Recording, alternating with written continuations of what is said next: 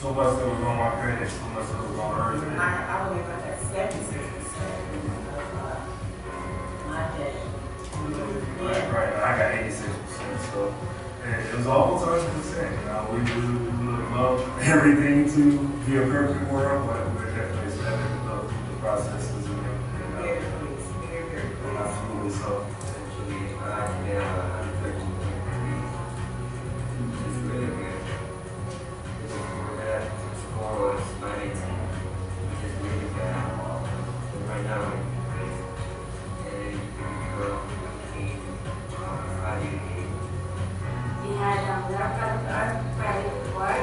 Last month we did get 49 credit report, but we did our credit good. And mine is about 33. And my account is really credit. And my account is really good, and I'm really happy with that one. And that made her business. I scored off from a 614 all the way to a 794. And it's made it possible for me to open up 2 new credit card accounts. And the car's coming next. So I really appreciate that. Thanks. I went from 603 credit score to basically 670, 680. I'm a little happy with that, considering I was How's everyone? interest We're rates. going to be starting here in just a few minutes. We expected, we had 30 people register, so we expect 15 to show. Yeah. So we're just kind of waiting just a little bit, okay? Okay. All right, just about a couple more minutes. We have a couple people here already. But I'm still going to move forward. So what I have to share, I'll share one-on-one, one-on-5, one-on-50. Okay, so it's not a My problem. experience has been 100%. I've gotten the best treatment from the team, and I'm very happy with the results. It has changed to the point now that I feel better, and the way that they respond quickly by email, by phone, and that's something that normally not other companies will probably do for you. But I'm so proud of me that I came up basically to this location, and I feel that they've done a phenomenal job on basically following and doing what they have to do. Again, I mean, I would highly recommend them to other hopefully customers that are walking and need their life big change. And again, thanks for helping me, and I feel much better every day than I come across. I had 117 things on my credit. They were able to remove 89 of them.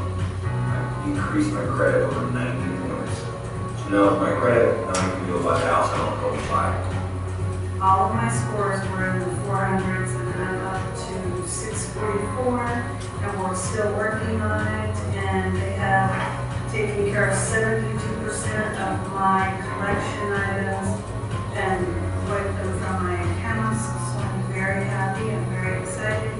It's a great company, the girls are very polite, professional, and they treat me wonderful. It's really good. I got 71%. 46 out of 65. Got to be low on credit, so really good. As far as my results go, I'm definitely very pleased. Out of all the items that they disputed, they were able to get about half of those removed. So I'm definitely very happy with it, to the point where I'm willing to do another round to see if they can even do more magic for me. As far as the additional elements of their company, their credit coaching was also very helpful. Understanding exactly how to manage your debt and your credit, and where the ratios need to be and the percentages need to be, and the best ways to basically achieve better credit. So I'm definitely very impressed and highly recommend it to other customers. I mean, I feel great. I came here months ago with a lot of derogatory notations on my credit history. About 51 of them and 42 of them have been removed. So that itself is great. So now I have a much cleaner credit record, and I just Yes, please. Give some whatever you like. Okay. So we're just going to move forward. My name is Gabriel Brown. I do this workshop every Saturday from 11 to 1. And I invite 30 people or 40 and expect half to show. This conference room normally can hold about 15 or 20 people, all right? But I'm gonna move forward and we're gonna start, and as people come in, that's fine. All right, so the workshop is called Discredit to A+ Credit. And I'll tell you why. Anyone that has challenges on their credit, they do feel discredited. You feel that when you go places, you're looked at differently. Your credit score determines the personality type you are, or if you're a good person or a bad person, when in reality, good things or bad things happen to good people. And so it just could be one of those times in your life. So I had extremely bad credit. My credit was worse than anyone's in this room. And I can say now my credit is better than 99% of the people that come to this workshop. Okay? And I'm very happy of that. And I'll show you that instead of telling you. So discredit to A+ credit, potentially less denials and more approvals. Now I'm going to show you a quick video here from 60 Minutes that will. Yes. Yes. Yes, you get anything you like here. Yes, please do. Have some donuts, have some water. If you want, I'll have them bring in coffee for you as well. Okay? Thank you. All right, so this is a quick video from 60 Minutes. Sold to interested parties. It's about 6 minutes long. Medical history, our internet traffic, and most importantly, our credit information. A mistake on your credit report can cost you money. It can increase the interest you pay on your loans, prevent you from getting a mortgage or buying a car, landing a job, or getting a security clearance. It's not uncommon. A new government study to be released tomorrow indicates as many as 40 million Americans have a mistake on their credit report. 20 million have significant mistakes. And our own investigation of the credit reporting industry shows that those mistakes can be nearly impossible to get removed from your record. The story will continue in a moment. Consumer credit reporting is a $4 billion a year industry dominated by 3 large companies, Experian, TransUnion, and Equifax. They keep files on 200 million Americans and traffic in our financial reputations. They make their money gathering information from people we do business with and selling it to banks, merchants, insurance companies, and employers. And they use it to make judgments about our creditworthiness and reliability. But now the reliability of the industry is being questioned in an 8-year Federal Trade Commission study to be released tomorrow. John Leibowitz is the chairman. Here's what we found. Some pretty troubling information. 1 out of 5 Americans has an error on their credit report. And 1 out of 10 has an error on their credit report that might lower their credit score. I'm trying to think of another industry where a 20% error rate would be acceptable. That's a pretty high error rate. It's actually more. It's 80%. Okay? It's 8 out of 10 people. It was 79% in 1970 when the federal government did a full investigation of all 3 credit bureaus, Equifax, Experian, and TransUnion, and they found that 79% of everyone in all 3 bureaus had errors. So it's 80%.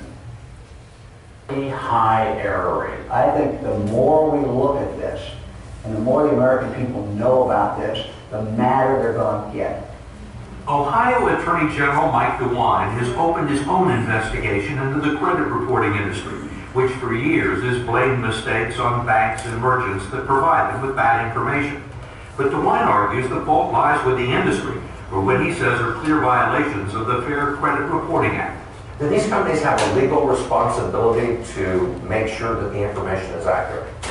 The federal law says that if you believe that there is a mistake, you can go to them and they have an obligation to do a reasonable investigation. They're not doing a reasonable investigation. They're not doing an investigation at all.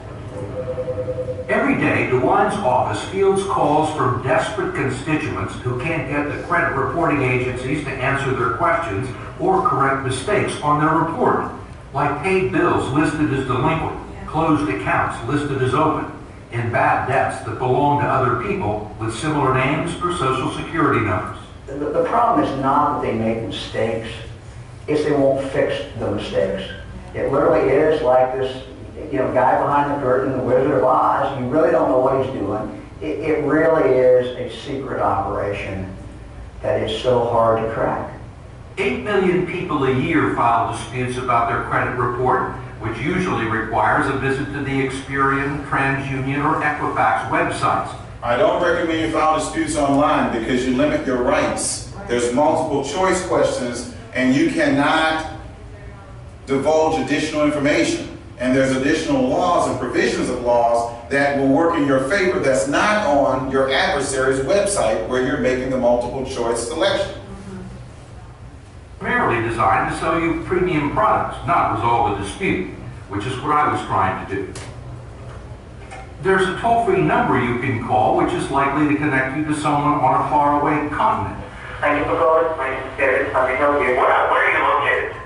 India. India. But regardless of where they are or who you talk to, they won't be much help. So really, you can't do anything for me. I've just been talking to you for 15 minutes. I mean, the only thing you can do is to tell me to fill it out online. Yes, Mr. Cross. Okay, thank you. Besides the toll-free number, they also give you a post office box address where you can send a letter and documents supporting your claim. In each case, it's extremely unlikely that anyone with the authority to resolve your dispute will ever actually see it. Ask Sandra Cortez, a California accountant, whose credit report confused her with an international drug trafficker. It took her 5 years to get it fixed. Or David Smith, the retired Army officer, whose credit report listed a bankruptcy that wasn't his and triggered a foreclosure proceeding against his house in South Carolina. He's still dealing with the fallout. Or Judy Thomas, a trauma nurse with a horror story worthy of Hitchcock or Kafka. There's nobody to go to. There's nobody. You just keep making phone calls and you just keep writing disputes and you keep sending them your social security number and they don't care. Thomas, who manages 2 medical centers near Cleveland, says it all began in 1999 when she went shopping for a new dress and applied for a store credit card to get a 15% discount. She was denied. Was that the first time you'd ever been denied credit? Yes, very first time. Ever. But certainly not the last. It became a regular occurrence. The personal credit reports she got from Experian, TransUnion, and Equifax were all clean and without blemish. Yet she kept getting rejected and couldn't find out why. I would get a consumer report and it would look fine. Now, you must know the difference between a consumer report and a credit report. A credit report is when you're applying for an account with a vendor, a bank, a car dealership, all right? A consumer report is the report that comes from the credit bureau. And she was getting consumer reports that were clear and clean, but her credit report was contaminated, okay? So know the distinction. The bank and they would tell me, oh no, you have all this debt. But no one would tell me what was on there. They wouldn't tell you what the debt was. And they wouldn't give you a copy of the report that they had. You know, It took Judy Thomas several years to discover what almost no one knows, that the credit reports the agencies send to you are different than the ones they sell to banks, merchants, and mortgage brokers. And she only found that out when a loan officer left her file on his desk and walked out of the room. And what did she see? I saw debt from Utah Medical Center. I saw debt from a veterinarian clinic in Utah. I saw collections for a Judith Kendall. Judith Kendall. Mm-hmm. Not Judy Thomas. Correct. What's going through your mind? What the hell is she doing on my credit report? What the hell is her debt doing on my credit report? You think this would be very simple to get straightened out? You would think. Yes. Yeah, you would think. This is my Judy Thomas versus Judith Kendall file. Instead, it became a 6-year battle with credit agencies requiring box loads of correspondence to try and prove that she was Judy Thomas, not Judith Kendall. All to no avail. You get a lot of time invested in this. How important are these documents? It's my life. There are logs of daily phone calls to dispute centers, hundreds of letters to Experian, Equifax, and TransUnion, even correspondence from Judith Kendall's creditors in Utah, acknowledging that the debts on her credit report are hers. I would get letters back from these companies saying this, in fact, is not you. You still couldn't get it off your credit report? No, I sent copies to the credit bureaus And they would come back as mine, verified. I also hired a local attorney to try and straighten it out. We had everything certified, that this is Judy Thomas, this is where I live. I've never gone by the name of Kendall. I've never even been to Utah, let alone owing a cable company in Utah. And what happened? Nothing. Nothing? Nothing. What kind of problems did this cause for you? I couldn't refinance. I couldn't take advantage of the interest rates. I couldn't get a car. I couldn't co-sign for my children's student loans. And I worked hard for my credit. And these people were taking it away from me. Finally, Judy Thomas took the only recourse available to her. She sued Equifax and TransUnion in federal court. And after a year-long battle, the credit reporting agency settled for an undisclosed sum and promised to clean up her file. Did you think it was going to take a federal lawsuit? Heck no, it just takes a human being going, wow, this isn't Judith Kendall, let me fix this. That's all they had to do. But as we discovered, that almost never happens. If you challenge a credit report and mail your information to a post office box in the United States, the dispute will likely be investigated in India or the Philippines or South America.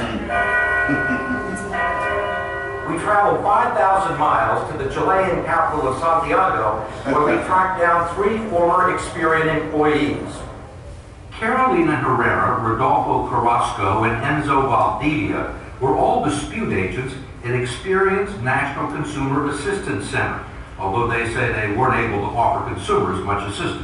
So if somebody had a problem with their credit report, they would send them a complaint and it would end up with you? Yeah. Oh, yeah. So how many of these did you have to do a day? 90. 90. Yeah. Did you consider yourself investigators? Oh, no. Did you have any way to investigate these claims? No. You can call the person. You can't pick up the phone and call them? No. Did you have phones? No. Could you email? No. Did you have the authority to say, wait a minute, after looking at somebody's file and say that, this is somebody made a mistake, this person doesn't owe this money? We didn't have the power. All they did was read the disputes and reduce them to a 2-digit code like never late or not mine. It was then sent with a 2 or 3 line summary and no documentation back to the bank or department store that furnished the original information. If there was a difference of opinion between the creditor and the person who was filing the complaint, how was it usually resolved in favor of the creditor? Yeah. Always. The creditor was always right. Mostly we took for granted the word of the bank. If the bank said, hey, this guy owns $100, so it is. None of us have ever interviewed anybody in Chile from Experian. And we've got a federal court ordering them to bring these people forward, and we're still waiting. Much of what's known about the inner workings of the consumer credit agencies come out of lawsuits filed by Len Bennett and Sylvia Goldsmith, who subpoenaed company records and deposed employees and executives. They say under the current system, there is no way for people like Judy Thomas to get their problem solved. So all these people who take the time to meticulously document a case, that the bill isn't theirs or the bill has been paid, that is never seen by anybody? It's not seen by anyone who considers it in determining whether or not information will be removed from a credit report. Okay, that's key. Yeah. The herds of people are doing disputes one way, either online or letters that they find online that do not have the proper language, the proper provisions of the law that force your file to go from the general handling at the credit bureaus, which is the first line of defense, the people that have no power, they have no email, they have no phone, all right? So there's techniques that I'm going to tell you today here that you're going to use to bypass all of them, and you're going to expedite your credit repair down to 15 days. Not 30, not 45, 15. The person who has the complaint with you? No, it's never forwarded on. Never. Yours will. To the creditor. We can get a jury verdict for $1 million. That's chump change. It's just on these bureaus. They would rather pay $1 a verdict in $1 million than to actually go in and change the policies and procedures that they have, because that's much more expensive to them. I can say this without qualification. The dispute procedures used by the credit reporting agencies, uniformly used, completely fail to comply with the Fair Credit Reporting Act. Courts have found that, the Federal Trade Commission has found that, it's not even a close call. Ohio Attorney General Mike DeWine agreed. I think the industry is a mess, and I think the impact it has on real people is just unconscionable. You think they're breaking the law? I think they're breaking the law. There's no doubt in my mind they are breaking the law. We wanted to talk to Equifax, TransUnion, and Experian, but like most consumers, we were unsuccessful. The agencies referred us to the spokesman for their lobbying group in Washington. He too declined our request for an on-camera interview, but did provide a written statement, citing an industry-sponsored survey that showed 95% of its customers were satisfied with the dispute process. The 95% customers they're referring to are not you. They're the banks. Yeah. So you caught that. All right. Remain cases in compliance with federal law. Okay. So let's recap this. All right. So we got 40 million mistakes. 1 out of 5 Americans have an error on the report. 7 out of 10 have an error that might cause their credit scores to go down. 8 billion people file disputes every year. The call centers are out of the country. Okay, the credit reports that the consumers get are different from the credit reports that the vendors get. Okay, the disputes are investigated outside the United States. The dispute agents are not able to call or email the consumer to ask questions, all right, about their disputes. The disputes are reduced to a 3-digit code. How do they do that? There's a machine called eOscar, that the credit bureaus and the creditors use to communicate with each other. It's like text messaging, all right? They send 3-digit codes back and forth about you, and the credit bureaus will update your report based on those codes that the creditors sent to them through this eOscar machine, okay? The eOscar can update your file mid-billing cycle. So it doesn't take 30 to 45 days to actually change something on your credit report. It can happen in a moment, okay? The credit bureaus always side with the creditors, okay? And the dispute procedure used by the credit bureaus failed to comply with the Fair Credit Reporting Act. You heard that from the attorney generals of 3 states, okay? Now let's get into it a little deeper. I must tell you this before we start. I'm not an attorney. I've been doing this for over 11 years in the city of Las Vegas, all right? But I must say that I'm not an attorney, and that everything that you hear here will be my opinion, my expert opinion, okay? I'm a FICO certified professional, and I've been mentoring and coaching clients since 2006 here in Las Vegas at this office, okay? Now, let's talk about the end, the result. You've been in this location since 2006? In the city of Las Vegas, we've been in business. We've been in this location about 6 years, going on 7 years, a little bit close to 7 years, okay? Now, this is what we guarantee that virtually every client will receive 90 points in 90 days. This is from our data. This is not what we just came up with to say, this is what we think we should offer as a hook to draw our clients to us. No, this is what we've been hearing and seeing from exit interviews. We're the only credit service organization that does an exit interview with every client to ensure that they're happy with our services. You won't find that at some of these other companies. The next thing we noticed is virtually all of our clients receive 50 to 90% deletions in 120 days. 50 to 90%, okay? Now, I'm gonna let you listen to the client say it, not me. And I'm gonna speed us up. I'm gonna have us out of here in less than 90 minutes. Gabriel, I find this hard to believe. You can take someone who's got poor credit and potentially, not potentially, that's what I want to believe, but I've seen the proof. You take their credit score and raise it 10 to 50 points. Feels really good. My scores have never been this high. My credit score has increased 136 points. They also raised my credit score about 100 points.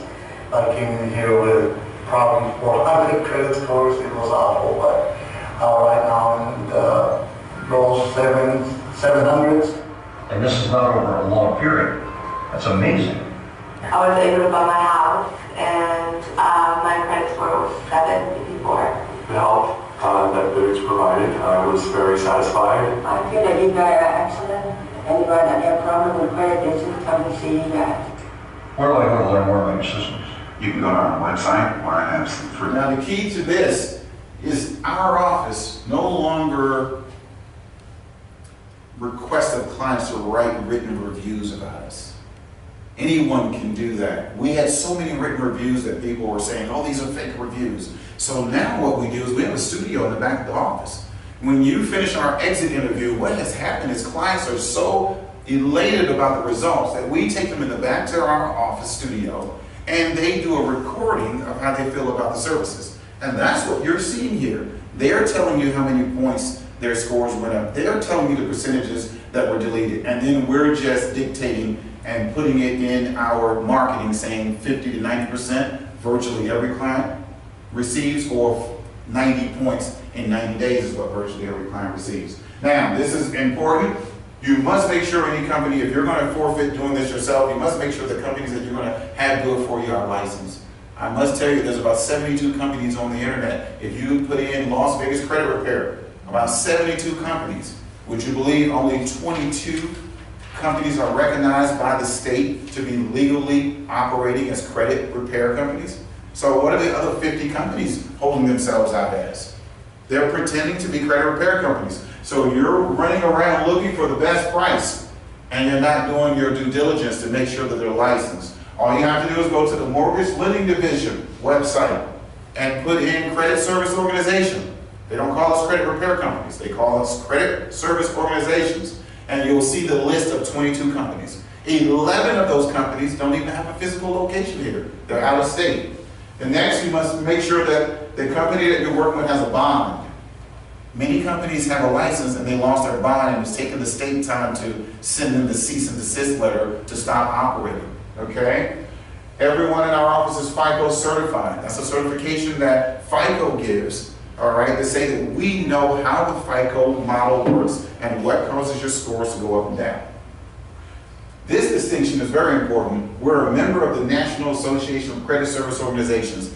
That is a group of attorneys that have created an association to run the credit repair companies that are not ethical out of business. And when I say that, I mean they're saying only work with companies that we have endorsed to be a member of the National Association of Credit Service Organizations. And we're a member and have been for the last 3 years. We're accredited with the Better Business Bureau with an A+ rating. Guess what? We've had some complaints. In 11 and a half years, we've had 4 complaints. 4 people didn't like what we did in 11 and a half years out of the thousands of people that went through our program. More importantly, out of the thousands of people that we have proof to show that we actually did the work. In these proof books on these tables, you'll find results of people that have gone through the program, and these are 30-day results. 30-day results. We have so many proof books that we stack them here. Each one of these proof books has 3,000 to 4,000 people in it, and I got tired of making them. These are additional proof books that I have to continue to put together. And we have an office with boxes stacked up to almost to the ceiling with proof in them that we just keep for those that are skeptics, okay? The next thing is we're a member of the Ethical Credit Repair Alliance, all right? We're a member of the partnership, I should say, with the Greater Las Vegas Association of Realtors. We've done such good work in this town, in the city of Las Vegas, that realtors that brought clients to us became some of our best clients, all right? And the word got to the Greater Las Vegas Association of Realtors, and they said, we want a partnership with you. We want to put you on our website so we can have all of the realtors. There used to be about 32,000 realtors in this town.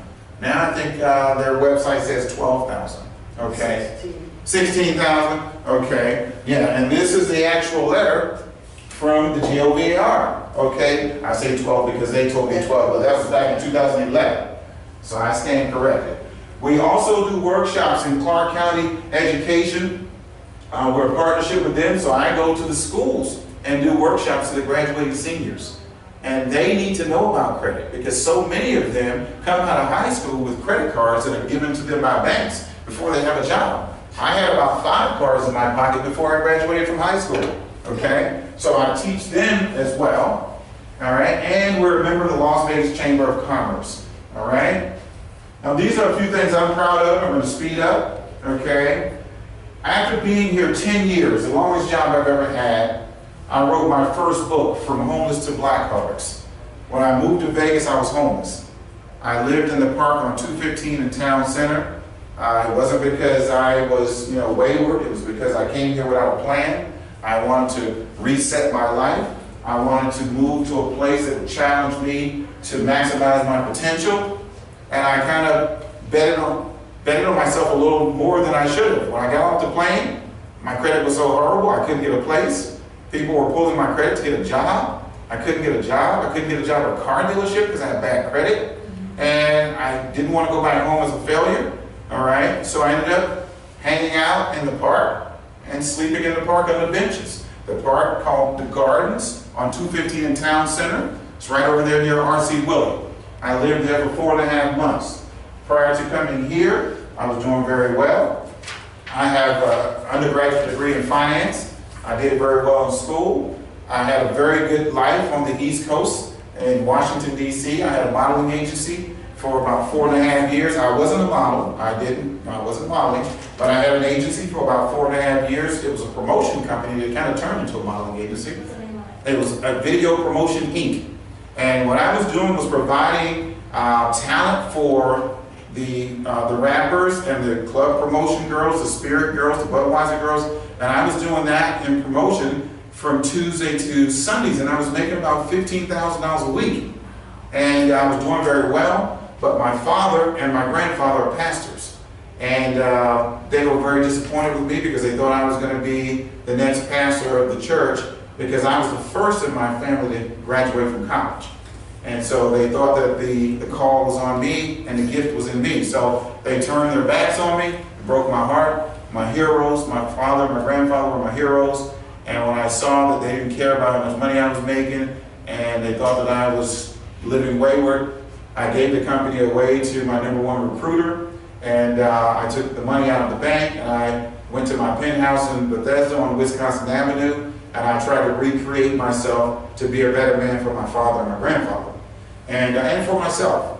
I spent 4.5 years in Barnes & Nobles trying to read all the books that would make them happy. I read the Gilgamesh Epics, the Anthropahasi, the Enuma Elish, the Tablets of Adapa, the Book of the Dead, the Book of the Coming Forth by Day, da-da-da-da-da-da-da. And my father and my grandfather both passed away before I could show them or make them proud. And so I ended up going broke. I couldn't figure out a way to make the same money to live at the lifestyle, live in the penthouse. I lost it all. And I was happy, I was free. And so I ended up moving here to Las Vegas and living on the streets. And so after being here 10 years, listening to customers question me, ask me the same questions over and over and over, I decided that I wanted to give back. So I wanted to write a book that I could give to clients that came here that did not enroll in our services. I wanted to give them a credit education guide that they could walk away with and repair their credit themselves. And that was important for me. So that book, From Homeless to Blackcards, was me saying how bad I felt at one time and how I wasn't doing well all my life. The second book, Creating Customers for Life, that was because a lot of professionals come to our office, realtors, mortgage professionals, business owners, and they're looking for a way to create a pipeline of clients. And they're losing somehow their client base, and as a result, their credit suffered, and they're here just trying to repair their credit. So I was a pretty good marketer when I was back in Washington, D.C., doing promotion work. Marketing and promotion are the same thing. So I gave it a better title, and so I gave that book away to every professional that came that wanted to know how to create new customers, okay? I have a DVD as my business card. I take that DVD around to realtors, mortgage professionals, human resource departments of casinos, and it's customers raving about me, about the services. The back and the front of it are testimonials, okay? And then this is my final book, Discredit to A+ Credit. This was me putting a book out, giving these workshops away. teaching people how to do what we do. Because now it's only one thing to give you the information and then tell you to figure it out on your own. But the workshops, I'm now trying to just tell you how to do it. So if you don't want to sign up, I'll give you the tools. I'll tell you, I'll answer all your questions, give you our secrets. All right? So that's a little bit about me. Now, when I showed up in this town, I had 49 credit cards in my pocket. Yes, I had 49 credit cards because I had to do all the shopping, all right, to make sure that we all look presentable when I owned that modeling agency. And so most of that stuff we were buying, you know, maybe take some of it back, not all of it. So I had the Gold American Express, the green, I had the Gold Capital One, I had the Platinum Bank of America, 3 of them, I had Chevy Chase, I had SunTrust, I had Bloomingdale's, Saks, Neiman Marcus, Nordstrom's, Zales, had Circuit City, I had a Gucci private card there on the right, where they allowed me to come in Gucci and they would, you know, corner off the store for me. I just had to call in and give them my card number. You probably didn't know that they offer that at Gucci. Yeah, they do. I had a Shell card. I had quite a few other cards. These are actually cards that I was able to find after some years ago by working here, and I wanted to start telling my story. Yeah, we did too. I used to do this promotion. Yes. Oh, okay. Like Budweiser, I wonder if I worked with you. Like this is in the late 80s. Yes. Early 90s. This was 80s, early 90s for me too, all the way up to 2001. I was in with John Casablancas.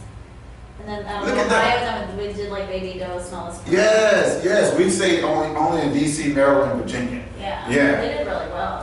Yes. They were going bankrupt and then they were making like 15,000 months, like or Yeah. extra, yeah. Yes, that's what I was making, about 15 grand every day, not a month, a day. Yeah. This was my credit here, and I kept all the copies of everything that came in the mail as a result of this company working on my credit.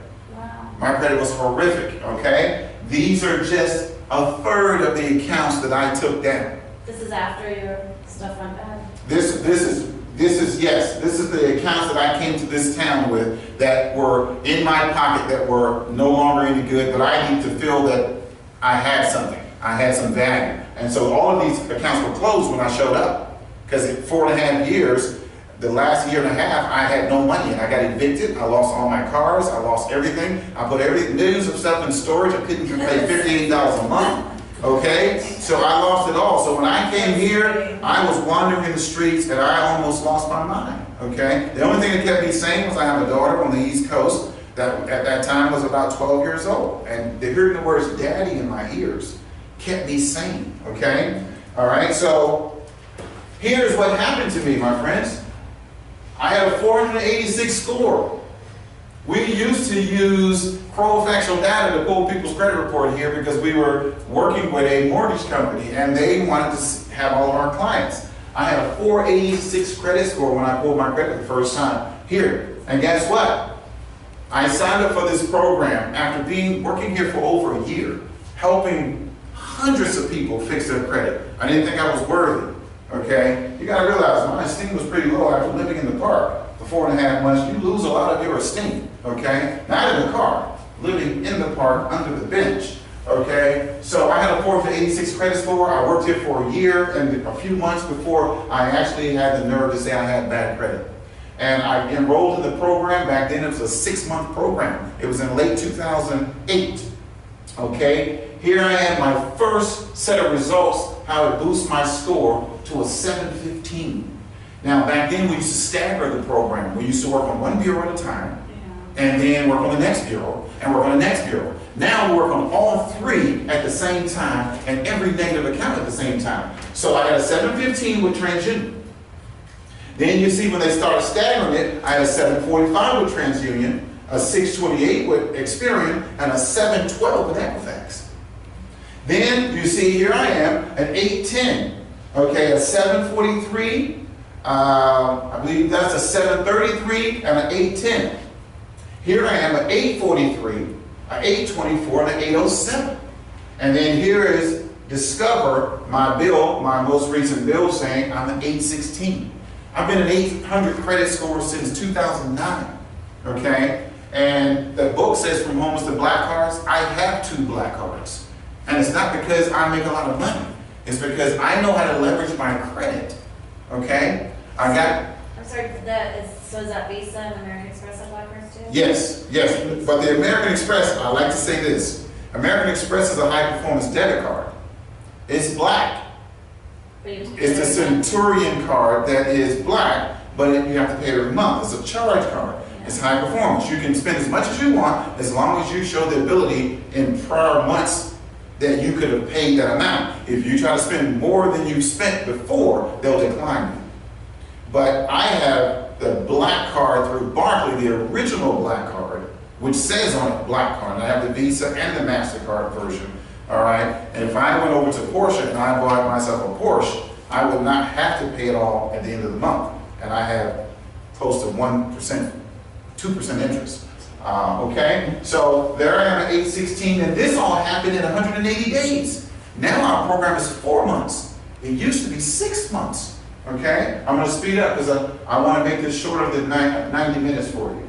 Here's my actual results. I want you to see them because I want you to believe those scores, and I'm not going to produce the results. The results are there, but here they are here. These are my actual credit reports, and everything that's highlighted is what was deleted. That's Equifax.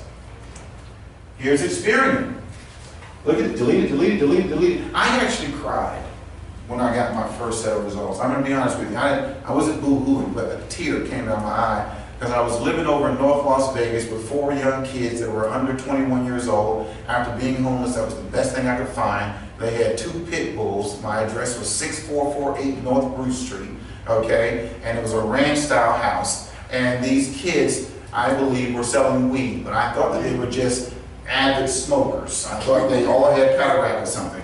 But I saw from all the traffic, I thought that it was just a high-traffic house. But here I am, 31 years old, 32, excuse me, living with 4 20-year-olds, and I'm living in the smallest room, and I'm the joke of the house, okay? Because see, I'm this older guy, all right, and they have traffic in and out. And so finally, I decided, let me work on getting my credit fixed. And when I got my first round of results, my eviction was removed, my 3 repossessions were removed, my credit cards were removed. I was so excited that so much came on that I actually got my first apartment over in the Canyon Villas before they were building the Red Rock. It's right there on Town Center and Alta, okay? And it was a beautiful little space where unit 1103, and it was an upstairs kind of deal, and I love that place, all right? So this was the turning point for me getting myself back on my feet.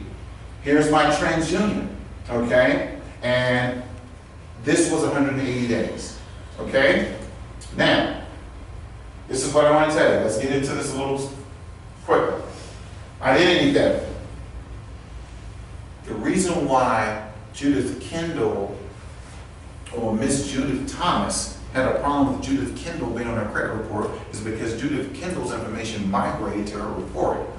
Okay? And when things migrate, the way you separate that out is no one there in that whole 7-minute skit said that they filed an affidavit, certified affidavit of who you are with a security and fraud alert. See, the fraud alert triggers the credit bureaus to move your file from general handling to seasoned experts or employees there, which are the people that can review data, make calls, okay? So you have to have that affidavit certified of your identity, all right? Notarized, and then add the fraud alert. Okay, now there's 2 types of fraud alerts. You have the 90-day, which is temporary. We install a 90-day fraud alert on everyone's report that we do work for. That's the first thing we do. And we do not use the reports that you bring in from online. We use the consumer reports. Something else she did not say, because the consumer reports have a report number. You see that number there? That number matches this report. So anything that was deleted, if it should come back, all this person would have to do is call the credit bureaus, give them this serial number, which is a report number. The consumer reports that you get from the bureau have that same number.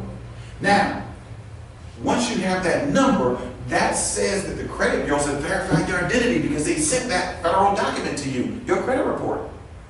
because the Fair Credit Reporting Act and the Fair Debt Collection Practices Act are federal laws. So they manage the consumer reporting. Now, when you get that serial number, you no longer have to identify yourself. You don't have to send in driver's license and social anymore with your documents. They have confirmed that they confirm your identity. But she was probably not adding the fraud alert. She did not put the notarized affidavit, and she did not use the consumer report numbers, okay? I had a fraud alert and they put a freeze on it, but that was a nightmare for me when I tried to look for permits and stuff because I. That's correct. The fraud alert must be installed properly. You must give the credit bureaus a code to use, okay, which is your security code. And whenever you apply for credit, you give that code, okay, or password to the vendor, and it accesses your file. If you just add it without putting a security code or password, yes, it will block you too. Okay? All right? So I'm going to teach you all these little nuances. Now, there's a 7-year security alert. Now, if any of you have children, listen up. Why do you not have security alerts on your children's files? Identity theft is the #1 crime in America. They're looking for children's files and deceased individuals' files. And you have your children walking around unprotected with no security alerts on their files, and someone could be in Texas living in their names until they turn 18, and for years you wouldn't know. Because you're not looking at their credit reports. You're not pulling children's reports. You think, oh, she's a child, or he's a child. No, add a security alert on your children's files, on your parents' files, the elderly, and on anyone relative that is an active duty member of the services that goes overseas for duty. Okay? Let's make sure we understand that. Okay? Now let's go a little faster. Here we are. Recent security breaches. I'm sure there's some even more recent than these. Experian was breached through T-Mobile, IRS, Anthem, Operations Personnel Management, a government office. Yeah, Verizon, Wendy's, Blue Shield Blue Cross, Harvard University. There's some smart people at Harvard. They got hacked. Then right up the road from MIT, I think, right? They had student loans in my name and I found out by accident. Look at you. See that? $30,000 in loans and they're just sitting there. So where's your security alert with your password? That couldn't have happened. That couldn't have happened. The Army National Guard, Target, Home Depot, the FBI's portal was hacked. Okay? They can only hack outward, not inward. Okay, Trump's Hotel, all right, Sands, CVS, Walgreens, UCLA, okay? Those are some of the places that had security breaches. Now, these are your 4 options to credit repair, your 4 options to repair your credit. Just do nothing.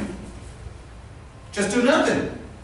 Don't pay anybody, don't buy anything, just be still for 7 to 10 years from the date of last activity. Not 7 to 10 years from the last time you thought about the account. 7 to 10 years from the date of last activity. Okay? Now that means the last time that you made a charge, all right, made a call to the credit bureau, to the creditor, or sent them a correspondence. So if you just called them last month and you throw your hands up in the air and say, I'm not going to deal with this anymore, I'm just going to ride it out for the statute of limitation, well, you got to start 7 years from that last phone call. Okay? The second thing is file bankruptcy. No, it shouldn't be filed. It should be applied for bankruptcy. You can't just go to bankruptcy court anymore and just throw your hands up. You got to put in an application and hope they accept it. Yes or no? Yes. Third, debt negotiation. Now, this is pretty good. Debt negotiation if you know how to do it. How would you do a debt negotiation? You call the creditor. You say, hey, listen, I want to negotiate a debt that I have with you in exchange for reduced payment and a deletion letter. You don't pay them without getting it deleted. Okay? If that's the case, what do you do when you pay a debt? It just re-ages them. It re-ages it. You reset the statute of limitation and you gave them money. Okay? You got to know these things. Credit repair is the best result. If you have $300,000 in debt, why would you apply for bankruptcy or try to negotiate it at 50 cents on the dollar is what they really want, and you might show up with 30 cents on the dollar, so you got to pay $90,000? If you couldn't pay $300,000, how are you going to come up with $90,000? and then you're gonna re-age the debt for 7 more years, okay? Why would you wanna set yourself up for that much heartache? No, credit repair. That's the way you go. And I'm gonna show you how to do it here without using us, okay? Now, let's just revisit this. 50 to 90% and 120 days is virtually what all of our clients receive, or 90 to 90 points in 90 days, okay? Let's go. We already discussed this. All right, let's speed it up. Student loan and new home loan. From a 614 all the way to a 794. At 117 things on my credit, they were able to remove 89 of them. I actually just got approved for a car. 72% of my collection items and wiped them from my accounts. So that's 70% of my negative accounts deleted. 249 points increase. Yeah, 113.3. And now they deleted 122, so that's like 90% from the bad credit.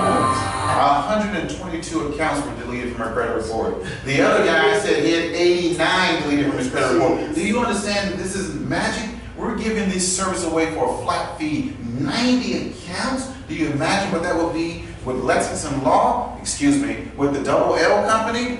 That could take 3-4 years. Some of these other companies who pay per delete, $85, $55 per deletion, 90 is $5,000 per bureau. That will price themselves out of the program.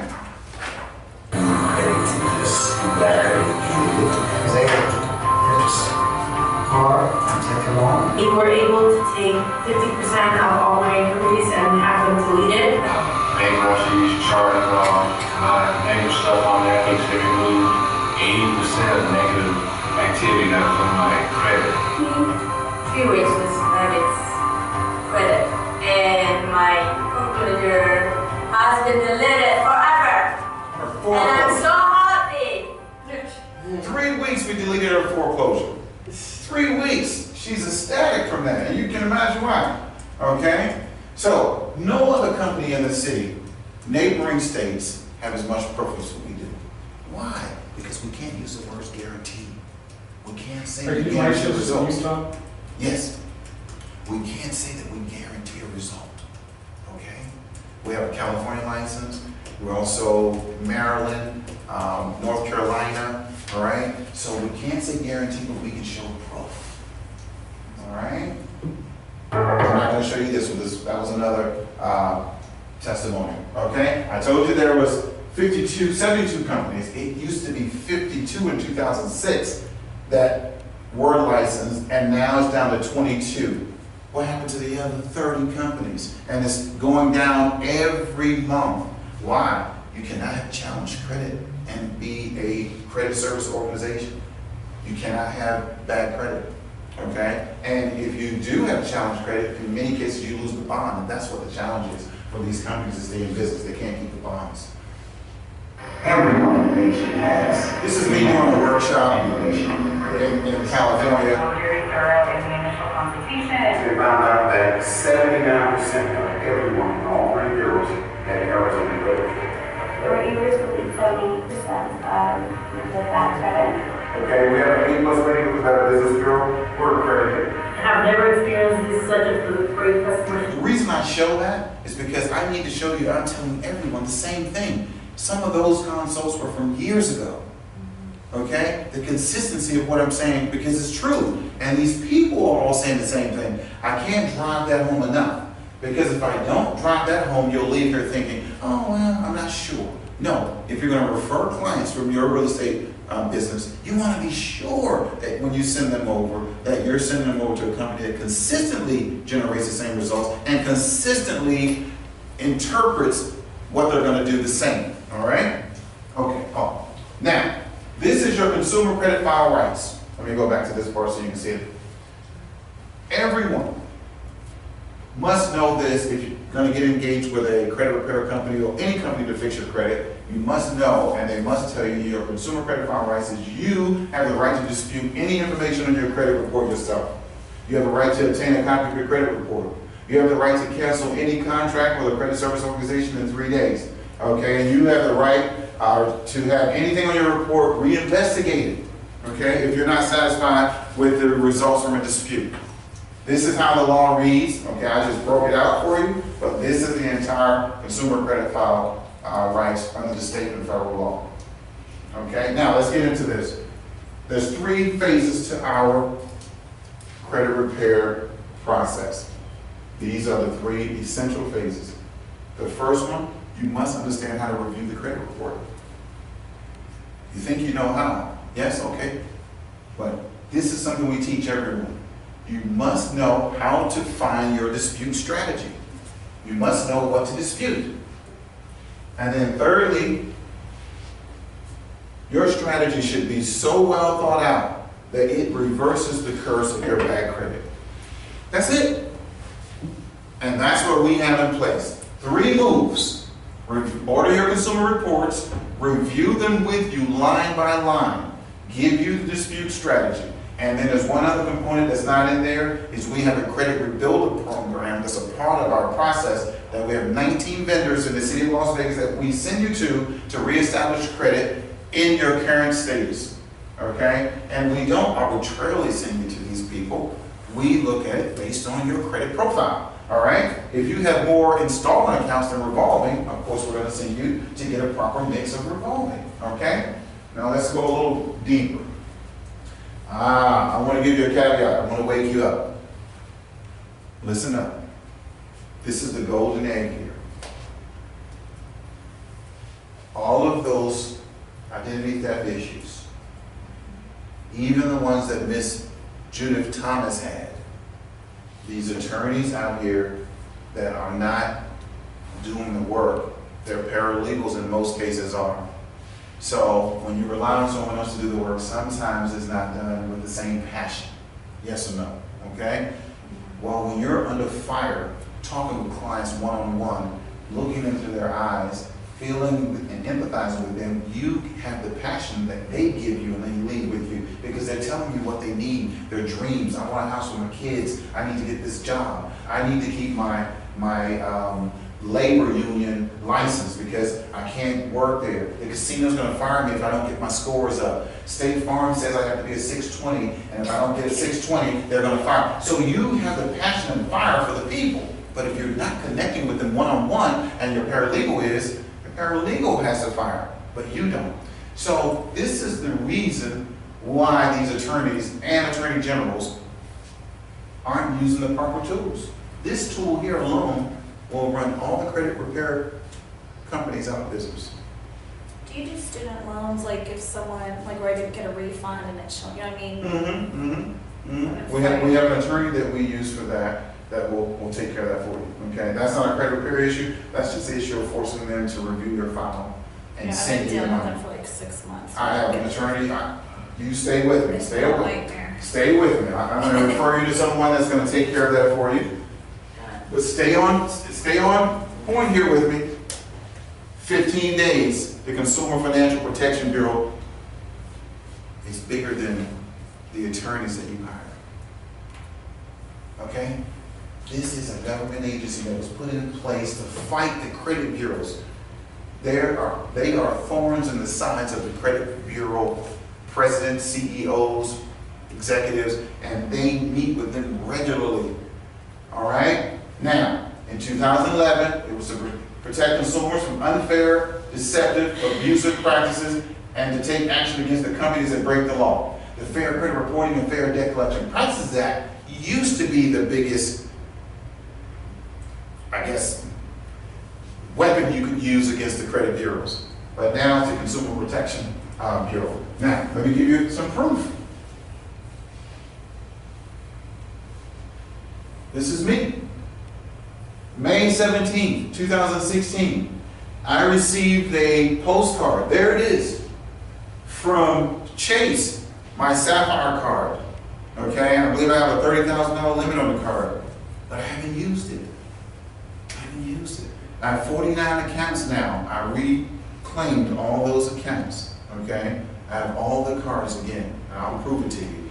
I reclaimed them, and guess what? I don't use them all. I only use 2 accounts. I use my American Express and my Blackcard, all right? But guess what? I'm going to teach you how to keep the accounts open so they don't close them for inactivity, and then you also don't violate any of the credit usage rules, okay? Now, Chase wanted to move my money that I wasn't using enough for them to another client, another account, another client, right? If you have $30,000 with them and you haven't used it in 6 months, 8 months, 9 months, they want someone else to have that money. So they sent me a postcard saying that my annual fee was waived and they closed my credit card account. Thank you for contacting us about it. I didn't know the account was closed. So I didn't call Chase. I filed a Consumer Financial Protection Bureau complaint the same day. This is the complaint and case number, all right? The same day I said I received a postcard stating that I had contacted my bank about an annual fee on my credit card account and the bank had recently closed the account. The response, they guaranteed 15 days response. May 30th, upon your request, because the Consumer Financial Protection Bureau asked me what result I want to see. I said I want my account reopened immediately. We had people walked into a bank and said, I want my account reopened immediately. African American man. I should be happy to have a $30,000 card, right? But I told him I want it open immediately. Okay? And I'll show you the verbiage. I have it. Upon your request, we have reinstated your account for immediate use. They gave me my word back. Okay? If you would like us to issue you a new card, please call us. Also, encloses a copy of your card member agreement. Okay? I'll show you. There's the actual letter. This here, write this person's name down, because if you ever have any problem with Chase, Vanessa Ramirez is the president's secretary. So if your client's having problems with a mortgage, something that they can't get handled with Chase, give them Vanessa's number. This is how you reach Vanessa. 1-800-945-2000, executive office. Okay? This is what Vanessa said to me. The Consumer Financial Protection Bureau forwarded your concerns to us about your account ending in 3842. It is my pleasure to respond to you. We didn't have the bank talk to you like that. Okay? No. Yes, your account is enrolled in paperless statements. We sent notifications to your email address when your monthly statements were available online. When you didn't receive a payment, when we didn't receive a payment, we closed it. When have you ever had your account closed in 30 days? Because you missed a payment. They never sent it to me. I wasn't using the account, so they created this. They said, but upon your request, we have reinstated your account for immediate use. Okay? CC, Consumer Financial Protection Bureau. Yeah. They're trembling in their boots. Okay, you think that was a fluke? I'll give you another one. Okay? Here I am, Gabriel Brown. This is Bank of America. If you have a problem with Bank of America, stop it. I'm giving you the truth. If you have a problem with Bank of America, this is who you want to talk to. Katie Manlove. That's her real name. Katie Manlove. If any of your clients have a problem with Bank of America, you get a hold of Katie Manlove, and her phone number, I have it. It's not on this letter, but I have it because she called me. I'm going to give you Katie Manlove's number. She is the executive of Bank of America that handles all these issues. Guess what? Someone in Brazil tried to charge in a cafe a latte and a sandwich on my card while I'm here in the United States. And Bank of America saw that, blocked the card, canceled the card, and then overnighted me the card. But I wasn't home, I was at work. And so the card sat at my door, someone stole it. I never knew I had it. I called them, where's my card? They overnight me the card again. But the second time they charged me $33. Okay? I'm thinking, okay, when I got the second card, I have no balance on it. I didn't activate it. I have no payments. I put it up with the other 48.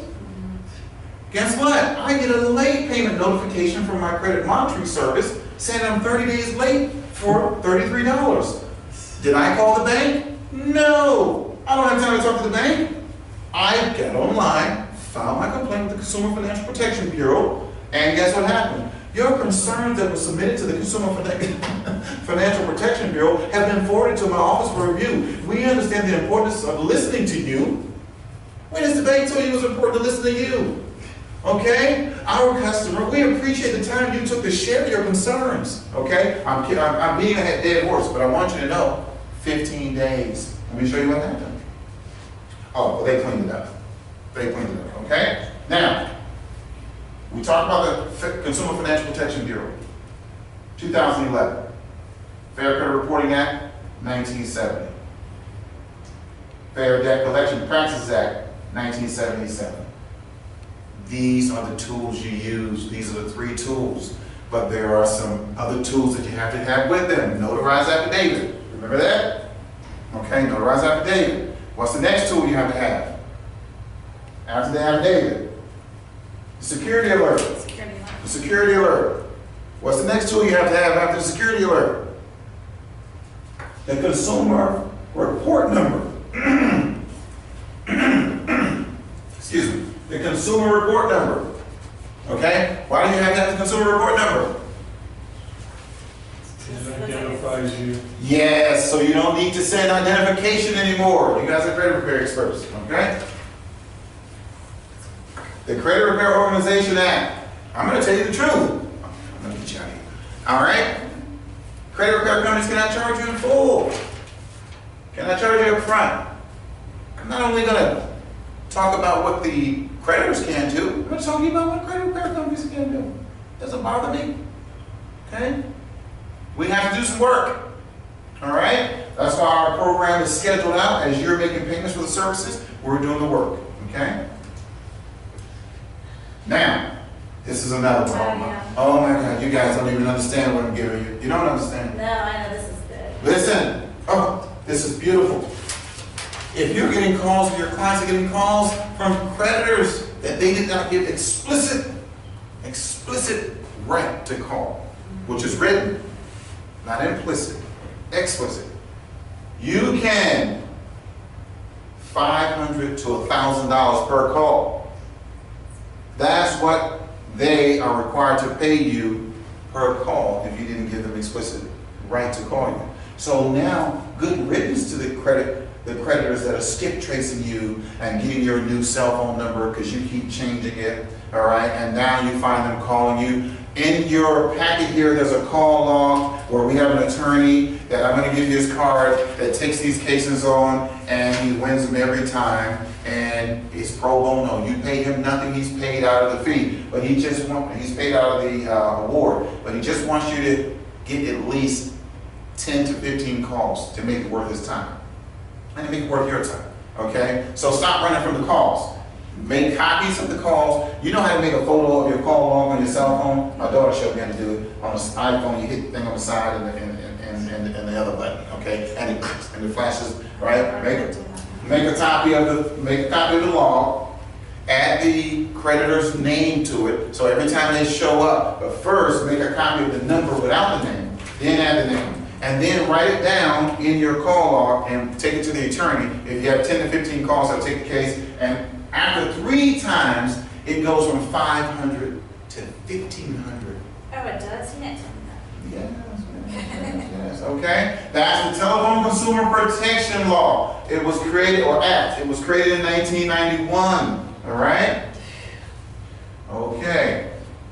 TCPA restricts telephone solicitation, prohibits solicitors from calling your residents before 8 a.m. and after 9 p.m. Requires solicitors to maintain company-specific do not call lists. All right, requires solicitors provide their name, the name of the person or entity who they're calling on behalf of. In the event of a violation, a subscriber may sue.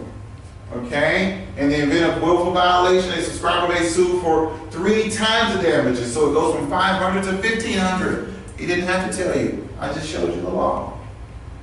I'm not going to tell you anything here. I'm going to prove everything to you. Okay? I'm going to approve it to you. Now, let me tell you a way to get out of paying a collection bill if you are caught on the phone and you identify yourself. The first thing you do is you go on the offensive, not the defensive. You don't stammer and stutter. Oh, I'm driving right now, let me call you right back. Oh, you caught me at a bad time. No, don't do that. Say, listen, do this for me. To verify that you have the right Judith Kendall, or Judith Thomas, send to the address that you have for me. Copy of the bill. Yes, a copy of the bill. And along with that, send to me a copy of your license to do business in this city and this state. Good. You have to do that. And if they don't have license to do business in your city or state, they won't send your bill and they won't call you ever again. And when they stop calling you, you know that's the trigger to go now research if they have a license. Most of your credit repair you can do yourself if you just verify that they don't have a license. You call and say, hey, you're doing business in this state and you don't have a license. I've checked you out. I want a deletion letter immediately. I don't mean mail it to me, I mean email it to me. And I'm going to stay online right now, or I'm calling the who? The Attorney General. And not only that, I'm going to call the Consumer Financial Protection Bureau. They're going to hang up on you. Okay? All right? Okay, I got so much I want to give you. I'm giving it to you out of order. Let's review your credit reports. I got another thing I just want to tell you so badly, but I got to wait. I got to wait. I just want to wake you up. You all wake now. Okay? All right. This is how your credit reports are organized. Your personal information is first on the report. That will be your name, your address, your social security number, your date of birth, and your employment information. Okay? I'm going to speed through some. You already know this. This is an old report. Okay? But this is the basic outline, and I know many of you say, no, that doesn't look like this. Well, it's okay. All right? Your name, John Doe, date of birth, social security number, co-applicant, date of birth, social, your street address, city, state, length of time you've been there, okay, do you own or rent, dependents, all right? Then your employment information, your employer, position held, all right? Date or start date or stop date, income verified, all right? And then a co-applicant's employer, position, start date, okay? So that's how the personal information looks on a credit report. All right, the additional information you will have is your current address and a previous address. You always want to complete credit applications to addresses D because you want them to verify your information and update it. All right, if you've moved 4 times, you want to put the 2 most recent addresses that you've had on credit applications. Okay, these are your different types of credit. You have your revolving lines and your installment credit lines. Involvement, mostly I think, cards, department stores, and gas cards. Your installments are auto loans, okay, student loans, mortgages, personal loans, or charge cards, okay? I won't go into much detail on that. I think you guys understand. Now, on your trade line information for your credit reports, it's going to, in most cases, read like this. Your creditor's name, Wachovia.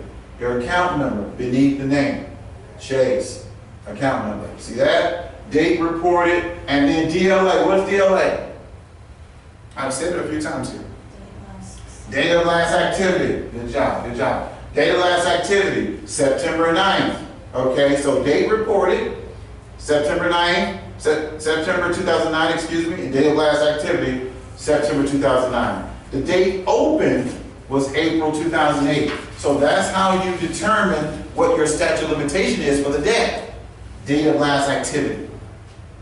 Start the statute from there. So if you want to know when an account's going to fall off your credit report, if you have not called the credit bureaus or written to them, DLA, date of last activity. Okay, not the date open, date of last activity. Then your high credit, that means how much have you used of the $9,000? You've used $1,243. Your credit limit, $9,000. Everyone knows the credit usage and credit capacity rules? Credit usage, you're only supposed to use 20% of your credit limit. 20%, not 30, not 25, 20.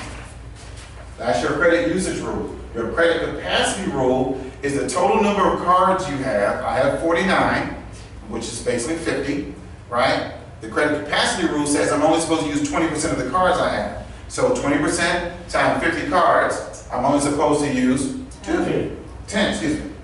Okay, so I don't go over that. Okay, I don't go over that. All right, so 20% credit usage and 20% credit capacity. Okay, now you have your balance owing. That's what you currently owe. The most that you spent was $1,243, but what you currently owe is $254. The most that you spent was $4,865, but what you currently owe is $3,502. All right. The terms of the account, how many months? Terms means months, of course we know that. And then it says 20 months is your terms, and what kind of account? It's revolving. We know we have two types, revolving and installments. All right. And then down at the bottom, or down at the end, the number of months you've had the account. Never close an account, people. Never close the account. If it's an installment account, of course it's going to close when you make your last payment because it has a term, a finite term. Revolving accounts don't have a finite term. But don't close revolving accounts. It'll impair your credit. It'll also impact your score negatively. So the number of months you've had the account open, 17 months, 16 months, 52 months, 16 months, 9 months. Historical status for times past due, if you're 30 days, it will be a 1 under the 30. If you're 60, a 1 under the 60. If you're 90, a 1 under 90. Anyone knows what EFX means? Down in the end, EFX. That's Equifax. There you go. XPN is Experian. TU is TransUnion. Good. Okay. You guys are experts. You know how to read the They report. close like if they do a credit review, like I paid them off. And I did a really good job paying them off and stuff, and then they just closed. They reviewed my credit, and I had some stuff on there. So some collateral issues. They call those collateral issues, and then they close it out on you. Yeah. Yeah. When they close it, closed by the grantor is. Yeah, it's not good. It's not good. That's why I had to fight to open those accounts, reopen those accounts with Chase and Bank of America, because it doesn't look good. Could I do that? What you did? Yes, if you feel that it was closed for no good reason or you want a really good explanation. Okay. Yes, you can. Okay, public record. Does anyone know what a public record is? Yeah, bankruptcy. Okay, anything that you had to go to court for, that a judge ruled against you as a public record, tax lien, bankruptcy, foreclosure, all right, judgments, child support, those are public records. Federal law says they stay on your credit report up to 10 years. Okay, a non-public record is anything you didn't go to court for, but it's like a late payment, a charge-off, a collection. Okay, those are non-public records. Okay, all right. Anyone can tell me how long an inquiry stays on your credit report? Says up to 2 years up there. Okay, so how long does it stay? Well, sometimes longer, it seems like. Okay, up to 2 years. So why are you waiting for 2 years? If I tell you I'm going to give you up to 20% off, am I going to give you 20% off? No, there's two prepositions there that you need to focus on when you dispute inquiries. Just gave you one.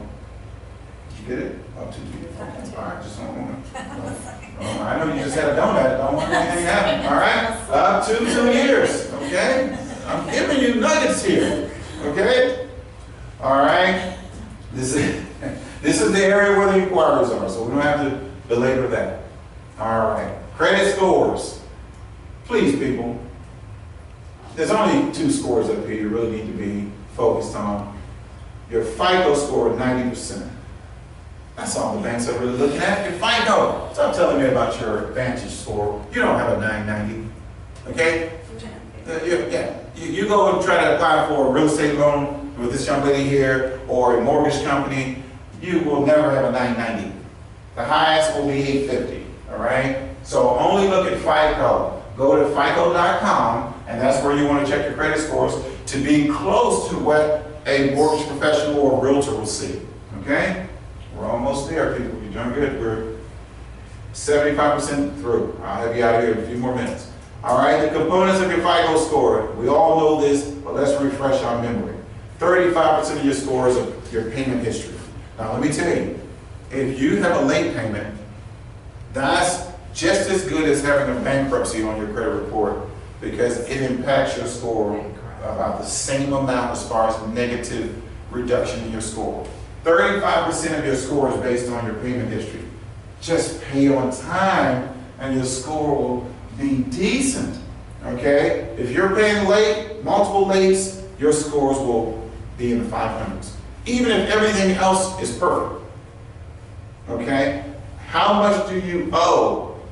30%. Keep your balances under 20% of your limit. Now, if you're gonna have it over 20%, that's fine for a period of time, but if you're gonna violate the 20% usage rule and violate the 20% capacity rule, you could have perfect credit and have low 600 scores. You're violating two of the major rules. Then the lender credit history is 15%. The three highest factors for your credit score are payment history, how much you owe, and 15% is length of credit history. Don't close accounts.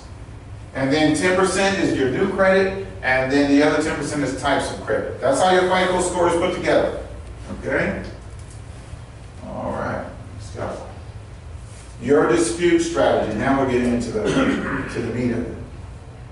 These are all the disputes we work on. Bankruptcy removal, foreclosure removal, short sale removal, late payment removal, collections removal, judgment removal, student loan removal, repossession removal, tax lien removal, inquiry removal, identity theft removal, check systems, and early warning, okay? Early warning is another database for check systems. Okay, so for people that write checks that do not clear, and then they do not go to the bank and pay those debts to the bank, they'll put in check systems or early warning, okay? Now, these are the codes that the credit bureaus use. So if you're not familiar with these, this is what's happening when you're determining your dispute strategy. If you don't know the codes, you're not sure what you're disputing. Okay, if your file is okay, all right, it wouldn't have anything under 30 days. It would just be empty there. Yes? Do you do like insurance, like, because I had like a claim and stuff in my car that my insurance score is really bad. Okay. Right. Now what she's referring to in the insurance score is sometimes insurance companies pull your credit reports, but there's two other data aggregators that insurance companies use to verify that's not a credit report. You know what they are? Whether you've had a claim on insurance, in other words, you've had accidents. And yes, that's a database. Yeah. That's a database. He's correct. That's a database for accidents. But I'm talking about to check your credit worthiness, to check your income, to check your residential status. They check your driver's DMV. Okay. Or your DMV record. It's another good one, but it's easier than that. LexisNexis. LexisNexis. LexisNexis is an aggregator of your personal character, your accomplishments. They check if you graduated from high school. They check if you've ever gone to college. LexisNexis checks your employment history. They check your medical records. So many of the insurance companies don't pull your credit. They will go to LexisNexis. Can you help us pull that, like the LexisNexis? Because I'm confused with like some lady who has a criminal background in Texas, and then another girl who's a nurse. Yes. All of this is merged in my file, and it's freaking me out. We have the LexisNexis report application here to pull those. Yes, okay. I'll get that for you. Okay. So that's something else where you think, oh, my credit report is clean, but then you're getting denied by employers for work because they're pulling a data aggregator, LexisNexis. Okay. Now, sometimes you can get a public record removed from your credit report. But did you know there's another data aggregator for public records? It's called PACER. P-A-C-E-R. PACER and LexisNexis are data aggregators. You must check those out. There's another data aggregator. SafeRent. SafeRent will tell if you've had bad checks, if you've ever been arrested,